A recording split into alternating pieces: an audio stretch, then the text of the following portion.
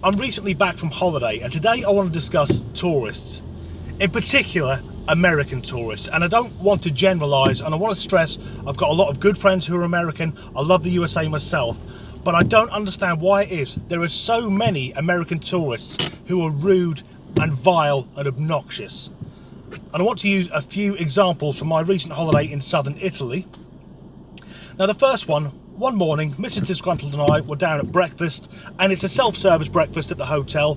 It's the best spread I've ever seen anywhere. That's Europe and the USA. Every food your heart could desire, unless you're a vegan, because that hasn't really caught on in Italy as yet. But we're sat there, and at about 8:30 in the morning, some false tits walked into the restaurant, followed by a woman wearing a swimsuit and high heels. I thought, oh, that's very classy for this time of the morning. And behind her came her fella, and he's there in his Stars and Stripes vest on, with his loud Bermuda shorts. And I'd like to say what the rest of him looks like, but I was blinded by the light bouncing off his teeth. It's like something out of a film. Don't look directly at the teeth, you'll go blind. But he then makes his opinions known. He goes, "Hey!" But his voice is loud enough to splinter wood and strip paint from the walls.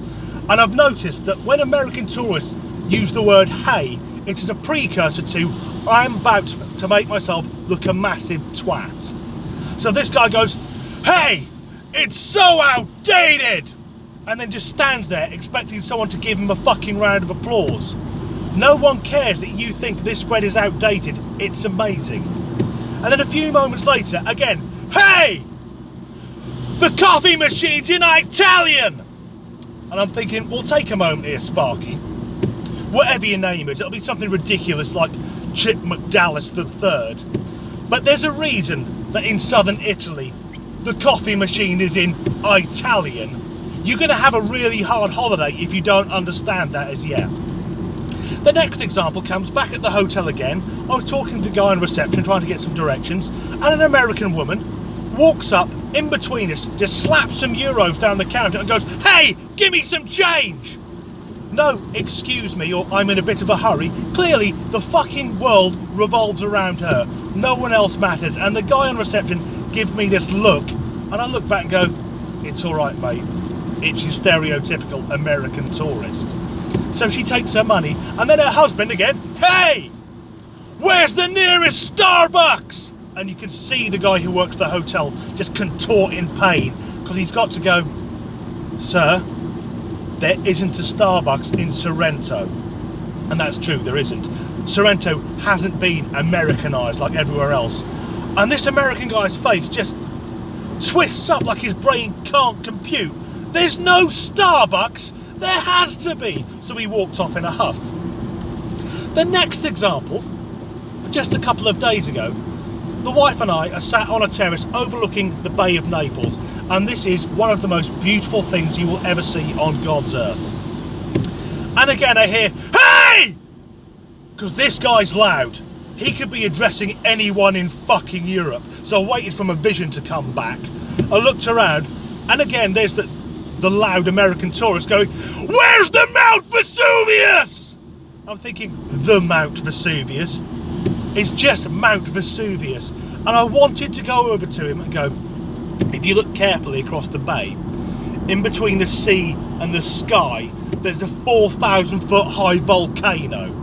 Although you won't know it's a volcano because it's not erupting lava and throwing flame into the sky. So you won't know it's a volcano. In fact, you'll go home and complain, "I went to see a volcano. It wasn't even erupting. Fucking communists." But then the last example is again about swimwear. Mrs. Disgruntled was on a siesta, and I was walking back to the hotel, and a waiter from one of the restaurants in the street just stopped me and pointed at an American woman. You could tell she was American because you could hear her from 50 yards away, who walked out of her hotel wearing a thong-backed bikini. Now clearly she's on her way to the beach, but it's a 10-minute walk, and it's like it didn't occur to her that it might be inappropriate to walk through one of the most religious cities on earth dressed like an extra in a soft porn film. It'd be no more ridiculous than me leaving my hotel in a wetsuit, a set of flippers and a fucking aqualung, just off down to the beach, do a bit of diving.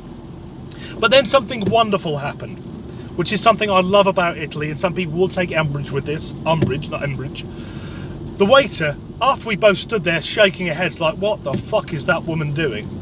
Then looks back and gives me like a smile like, yeah, but you would, wouldn't you? And I look back like, yeah, I'd have a go on that. And that's something I love about Italy.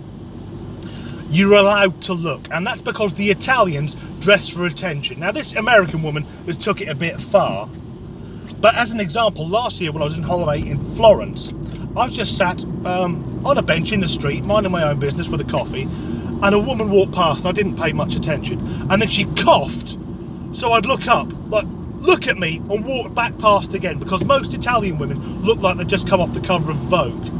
It's like she was going, look, you fat, sweaty Englishman, I've made a fucking effort, you will leer at me. And it's not a thing about the patriarchy and women being oppressed, because the men do it as well. Good-looking Italian fellas, they want attention. And it is refreshing, because the Italians realise that men and women are different, and they celebrate it.